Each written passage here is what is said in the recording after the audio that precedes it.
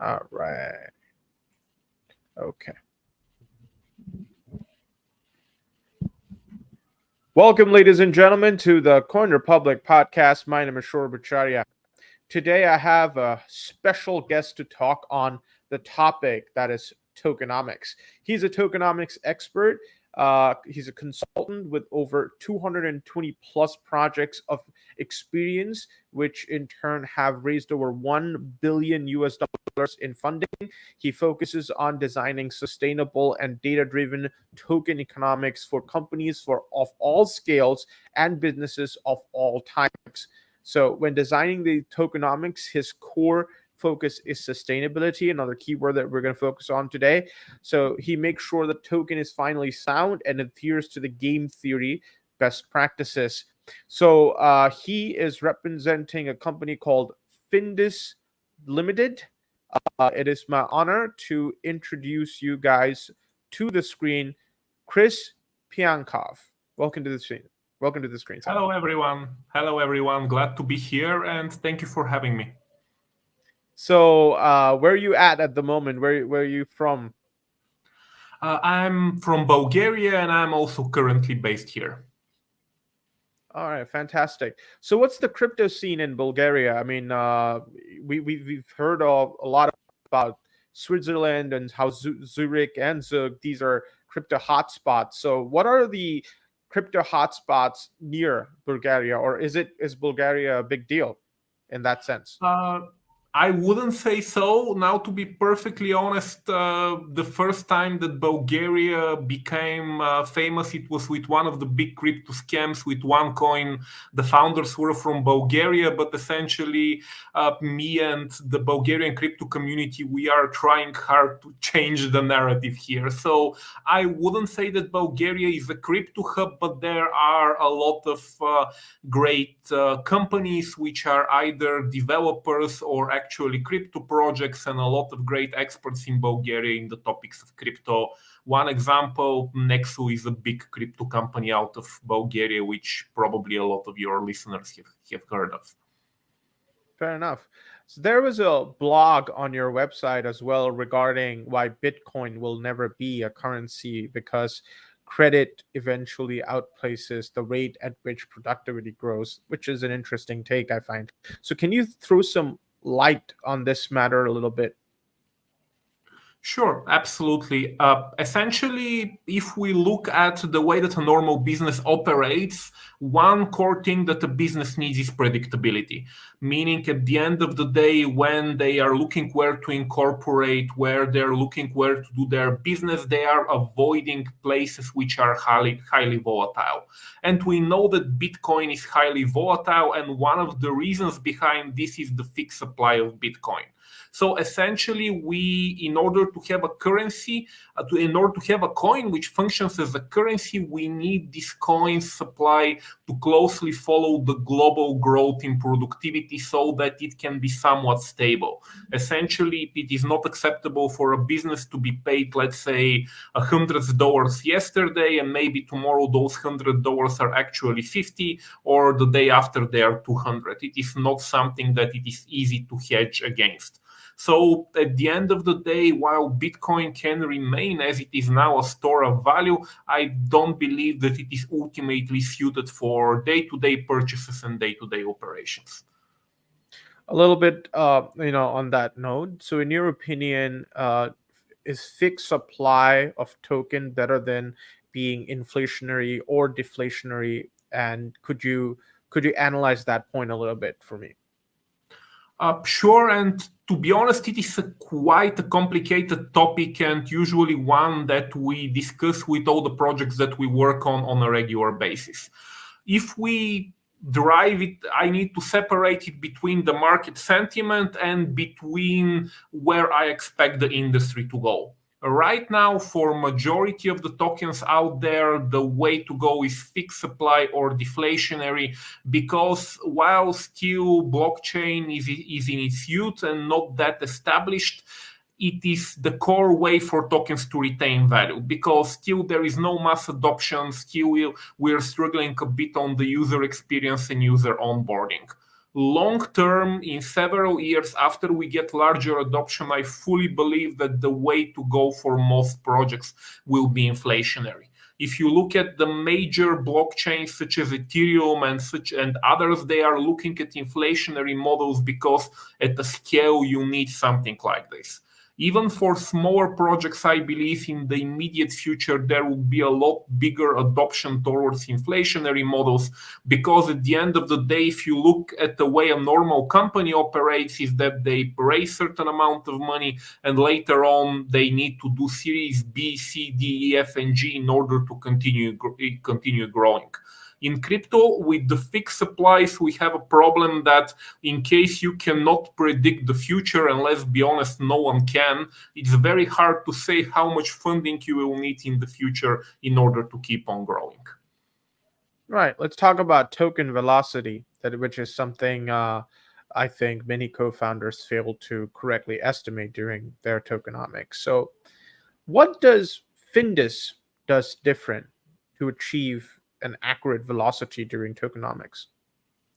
Normally, we have two approaches in order to do that. The first one is benchmarking, meaning that we look for similar projects which are already established to the one that we are creating tokenomics for, and we say, let's examine how this other project, for example, Aave or Compound or what have you, any other token, how their velocity fared during different market cycles. Ultimately, we want a token that has been through many market cycles so that we can estimate how it behaves under different conditions.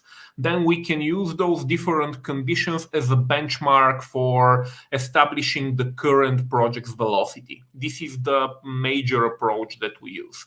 The secondary approach that we use, this is a little bit more of a philosophical discussion, is that ultimately for smaller projects, we can break down velocity between demand-driven velocity and speculative velocity. And if we take care of the demand-driven velocity, which is highly predictable, usually this can solve a lot of problems. But again, this discussion is fairly technical. Good.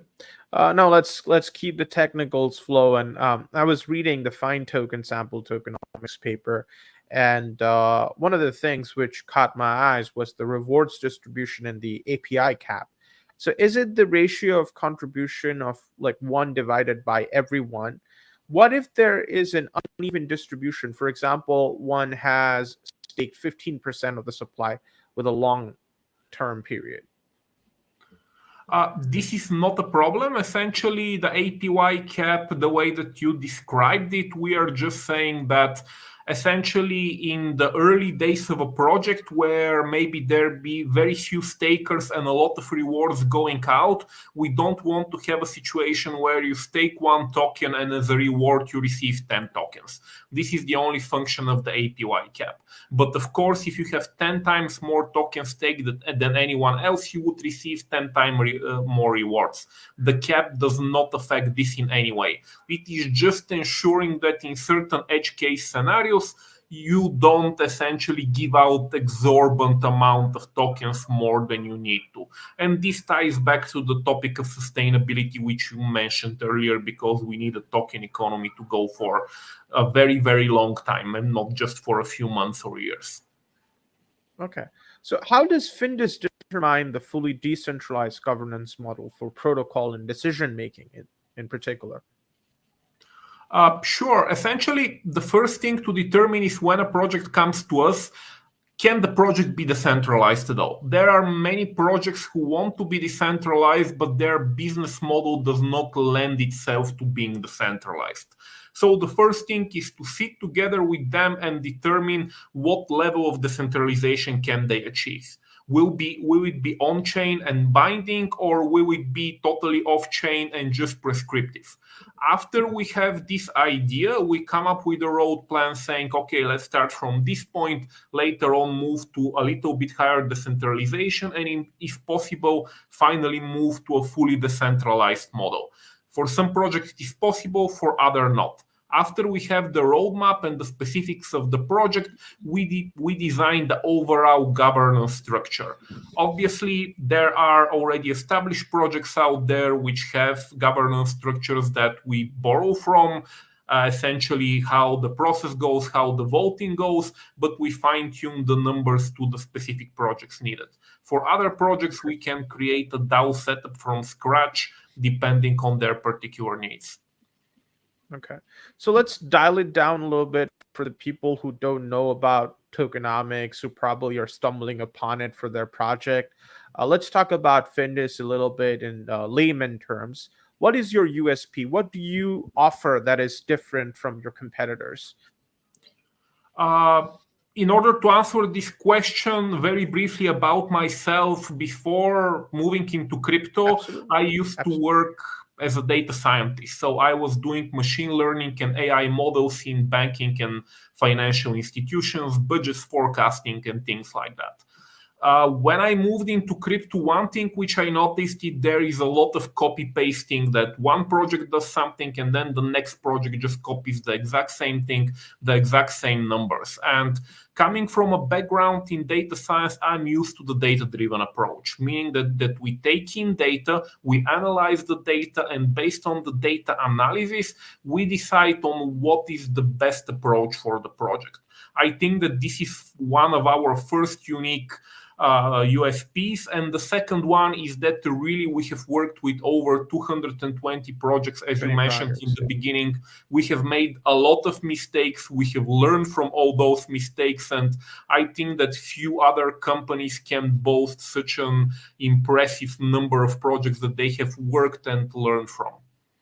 Yeah, I mean that's a fantastic point, that you've learned from your mistakes. That's one of the lines that a lot of Web3 companies are not willing to admit. So let's talk about KPIs. How do you measure things, right? What are some of the project KPIs you see before designing tokenomics? What are the evaluation method at which you rate them out of these 220 projects that you mentioned right now?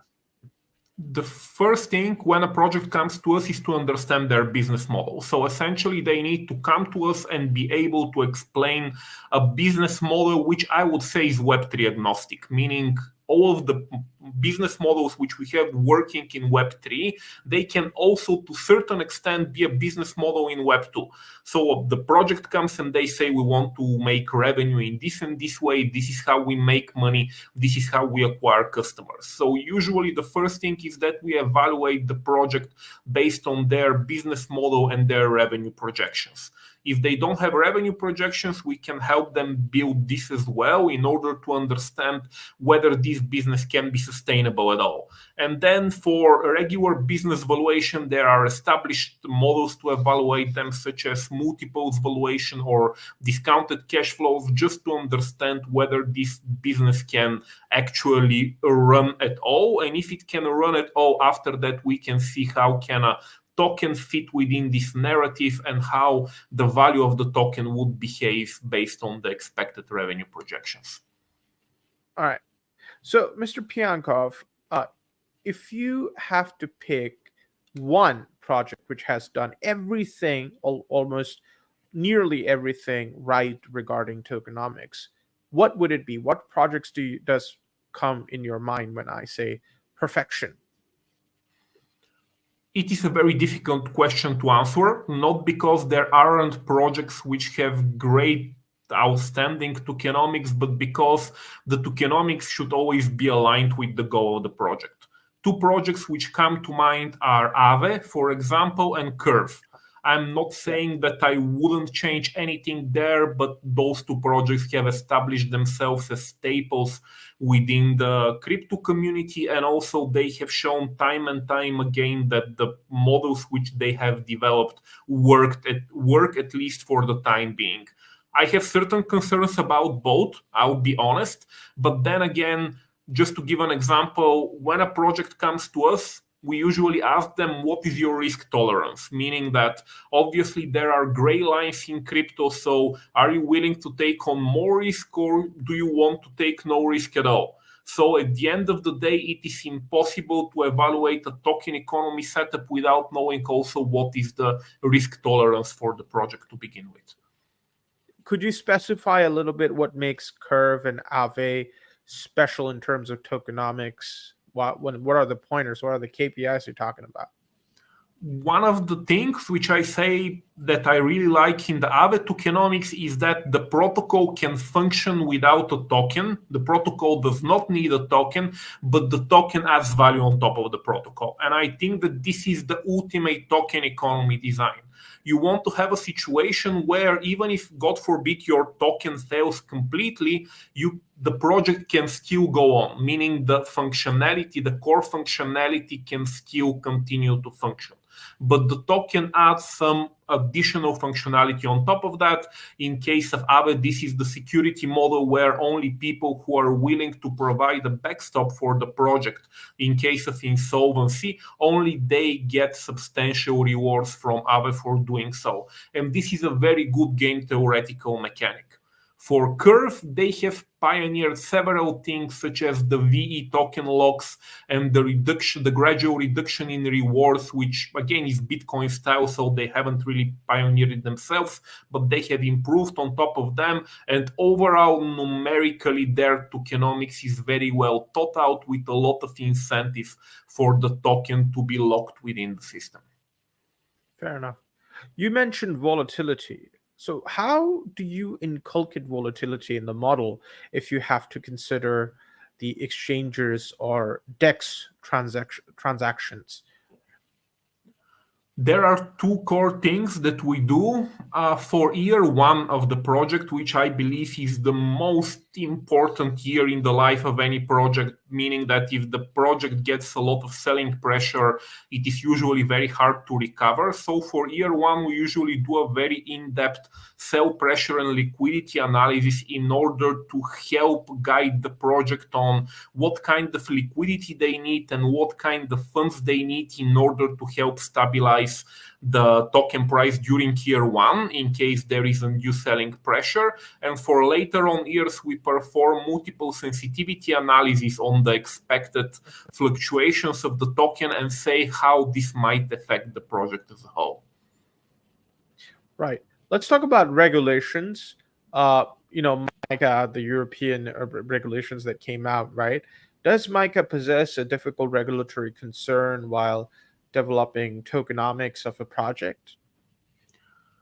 I wouldn't say that it poses a lot of difficulty from tokenomics perspective. The core issues I have with MiCA is that actually it requires a lot of disclosures, which at the end of the day might make the token economy paper very hard to read. While I understand why they are required, at the end of the day, the document that you hand over becomes a lot more for the regulators and a lot less for the users to understand how the token economy functions. Beyond that, I believe that regulation is important. I believe that we have seen too many crypto scams, and the way to avoid this is via regulation. But I am not 100% sure whether the level of requirement which we are seeing right now in MiCA is adequate. Only time can tell. We'll see how it goes. Obviously, at the beginning, all of us, we need to comply and we need to provide what is required. But hopefully, over time, it would be a bit more streamlined process. Fair enough. I guess the final question we could use, we could sign off with your personal experiences in the field as well. You worked in traditional finance in the initial stages right now. So what made you switch to Web3? What was that click that you thought that this is something else and I need to be a part of it? I think the core thing is that when you have a system which has been built over hundreds and hundreds of years, like it is the traditional finance system, it is extremely hard to take it apart and start from the beginning. You have reached a certain point in time after which certain things are so embedded within the system. One very simple example is transaction settlement, where we have the technology to settle transactions worldwide within a seconds from tens of years, but still international settlements can take up to 3 days because we are using legacy systems. Everyone needs to be compliant. Everything is so slow. And you kind of need a new thing in order to start rebuilding from the basics. The traditional finance system was not built for the digital age, in my opinion. Cryptocurrencies are the response of what is built for the digital age, and I found this to be extremely exciting. Fair enough. Fair enough. So, Mr. Risto, it was an honor to have you on the podcast. We'll definitely keep an eye on you guys and to write a few articles about you as well. But, thank you for being here. I hope the audience will appreciate this discussion. Make sure you guys follow him on LinkedIn. The same name as well as his company's LinkedIn page as well. We will try to link everything down below in the description. Go ahead, guys. And if you need an expert, you know the guy now. Thank you very Thank you much. very much for having me. It was great talking with you. Sure. And